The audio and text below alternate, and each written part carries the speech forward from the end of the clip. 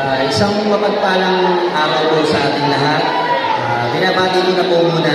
Unang-una po sa lahat ay binabati ko ang ating mga lupong tagapamayapa. Pinauna ko ni Cres Marquez at ni Tita Elsa. Good morning po.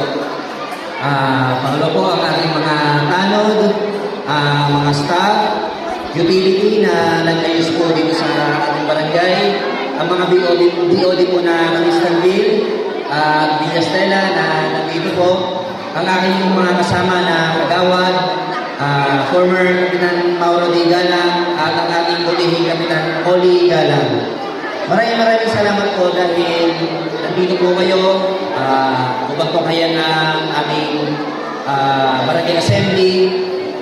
Bukod sa lahat, lubos din po ako nagpapasalamat dahil binigyan po tayo ng magandang panahon. Bagamat na meron po tayong krisis na kinakarap pagdating po sa ating gasolina at sa crudo, sa langis.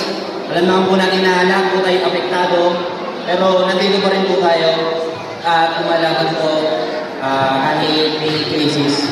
Pagdating naman po sa ating committee, particular po dito sa public works, awa naman po ng Diyos at mga problema po pagdating po sa drainage dito po sa Mabuhay, atin na pong nasolusyonan, kundi po dahil sa kay Kapitan Oli Galang. Maraming salamat po dahil nasolusyonan po yung mga maraming drainage po sa Mabuhay.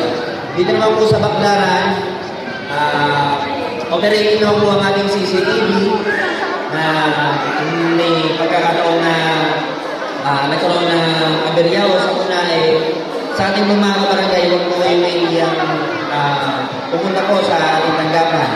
Handa naman po si Ellen para i-review ang CCTV at pinaplano na po namin na dagdagan po ang CCTV sa ating barangay. Ngayon po ay may 16 at ang proposal na po ay 32, gawin po 32. So another 16 po. So dito po sa barangay natin na pong entry at exit point, nasa ngayon ay mas malinaw na po mga bawat papasok, lalabas sa ating barangay. Matukoy na po natin kung magkaroon na konting pagyayari. Yun lang po. Maraming salamat po mga kabarangay dahil po nandito po kayo. Salamat po. Maraming salamat kasi Kenji. At siyempre, tawagin pa natin ang ating pang-apat na konsehal. Palapakan naman natin, Konsehal Ariel Del Mundo. Magandang umaga po sa ating lahat. Una po sa lahat, pasalamat po tayo sa ating Panginoon at tayo po ay muling nagkasama-sama. At ganun din po sa ating mga lubong nagpamayapa sa pamumuno po ni President sa kanila pong achievement number 2 po sila sa Bukabuyaw. Hopefully, next year po, number 1 na yan. Sigurado yan. Opo. Sabi nga po sa nating kagawad, siya po ay nakatapos ng termino. Ako din po ay tapos ng termino.